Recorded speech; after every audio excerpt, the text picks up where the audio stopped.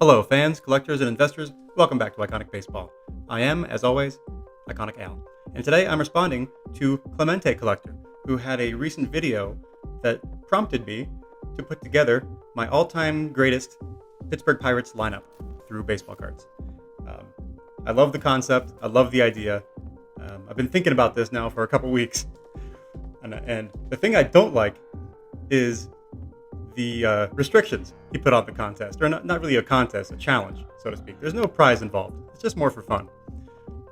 But the restrictions he put on were nothing pre-1945, which immediately I don't like because why exclude an essential era of baseball or multiple eras of baseball, especially with an organization that started in the 1880s.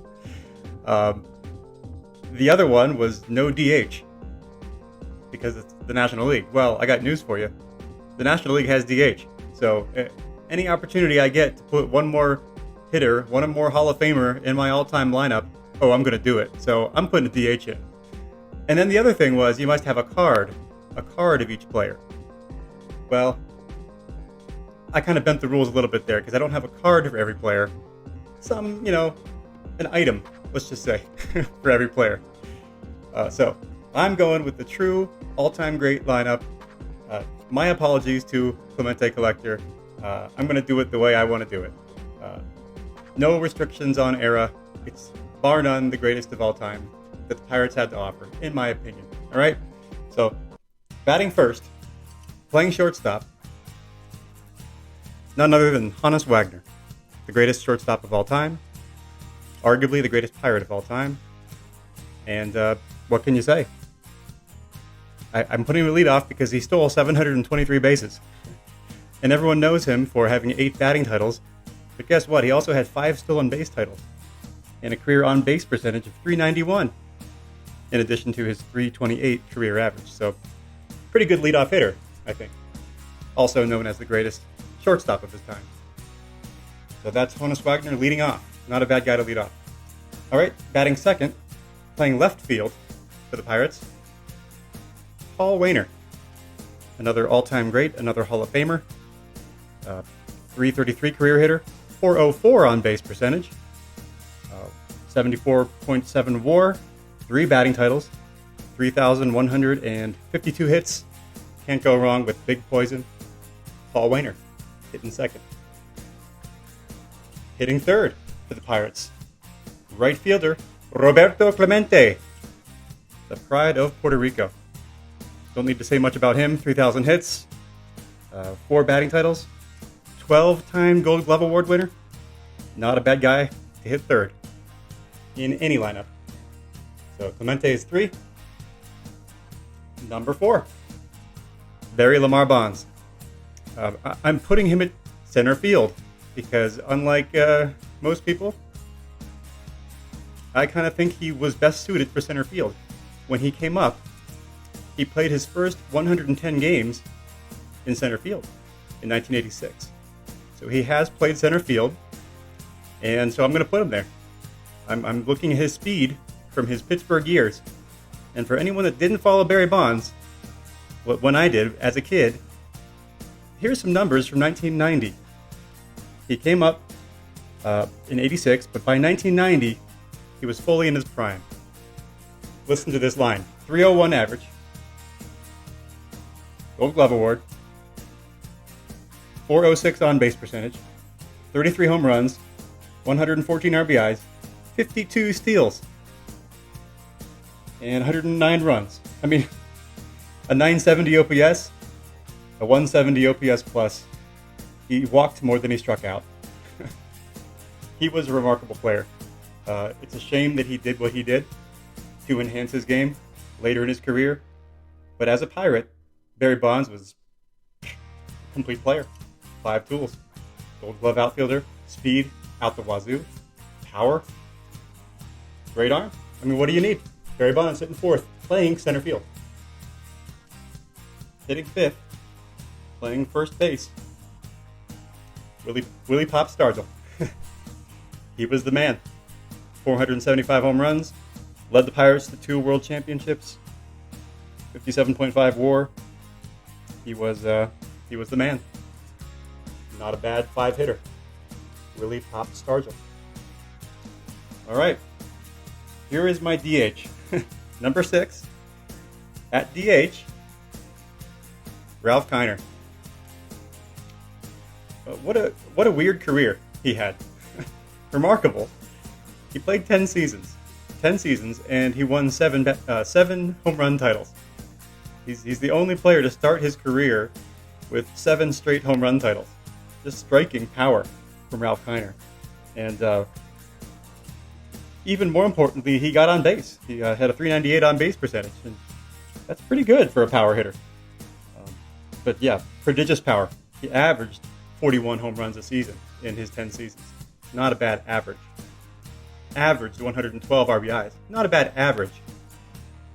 But yeah, Ralph Kiner, DH at number 6. I love that card, too, by the way. 52 Bowman. Ralph Kiner. Look at that pose. One I've had in my collection for a long time.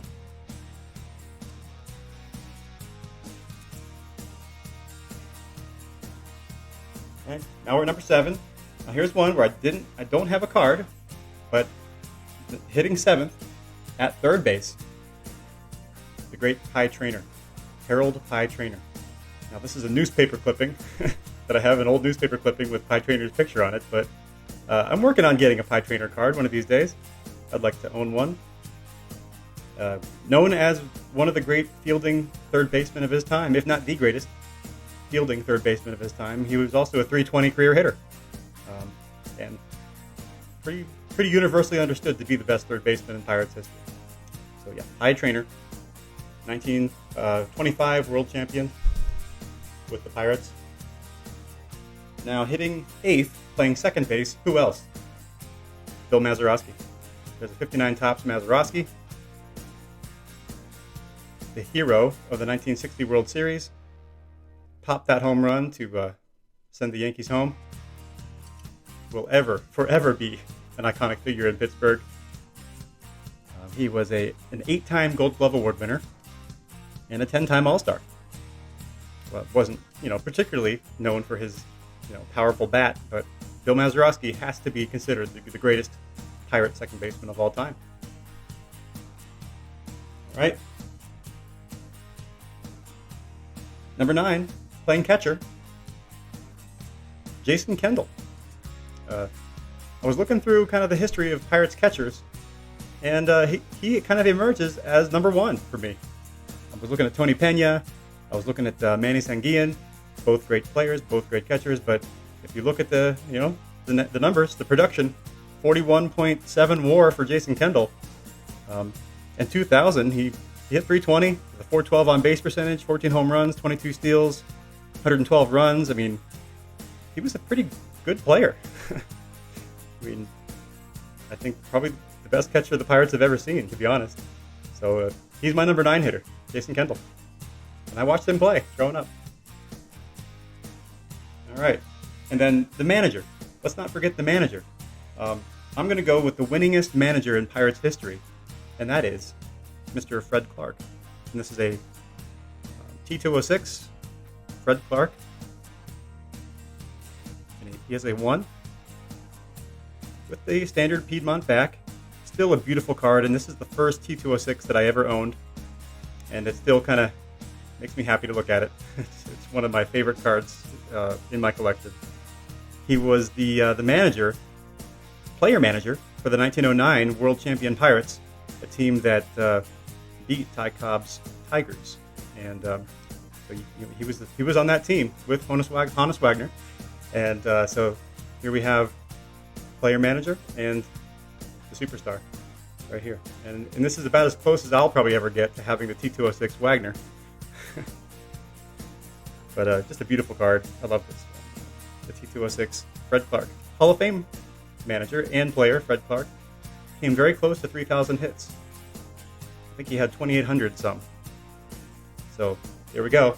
And I'm going to turn this video off for a second. I'm just going to take this scrapbook out from behind these cards and show you who my pitcher is. All right, my pitcher is Harvey Haddix. I could have picked the greatest pitcher number-wise in Pirates history, or the greatest season in Pirates history from a pitcher, but I chose to go an alternate route. I chose to go with what is still considered the greatest game ever pitched. And that is from Harvey Haddix, who in 1959 threw 12 perfect innings before losing the game in the 13th. I mean, how heartbreaking is that? That's just wrong. This guy retired 36 straight batters, throwing 104 pitches, mind you, to retire those first 36 batters, and then lost the game in the 13th, with a total of 115 pitches thrown in that game. The Pirates dropped the game to the Braves, who, by the way, were featuring a lineup with Henry Aaron and Eddie Matthews. The heartbreaking thing is the Pirates were going without Clemente, Grote, and Kluszewski, who were all out of the lineup that day. So the Pirates were not coming with their best. And Harvey Haddix was facing a very formidable Braves lineup, who he kept at bay for 12 straight innings before, I think, a double to Joe Adcock. He says here he hung a slider, and Joe Adcock won the game. So this is a newspaper clipping from a newspaper from 1959. I made this scrapbook a few years back to preserve some of these newspapers from my grandma's attic, because I didn't want them crumbling away and being lost to time. But here's the box score from the game, and I have a couple other stories about that game being hailed as the greatest game ever pitched, which to this day, no pitcher has ever thrown 12 perfect innings. So you could still argue that even though it was a losing effort, this was still the greatest game ever pitched from Harvey Haddix. So that is my pitcher. If anyone deserves to be on this team and have this kind of run support for my all-time lineup, it's Harvey Haddix. He deserves this because he got gypped. He got the raw end of the deal on this game in 1959. All right, so Harvey Haddix is my pitcher. Again, thank you, ClementeCollector, for sparking this video and this challenge. It was a lot of fun for me, and I extend that challenge to John Mangini and Donnie Livestream, Don's Field of Dreams, and anybody else out there who's a Pirates fan or just wants to put together their all-time Pirates lineup. Do it. I challenge you. All right, until next time, keep collecting and stay iconic.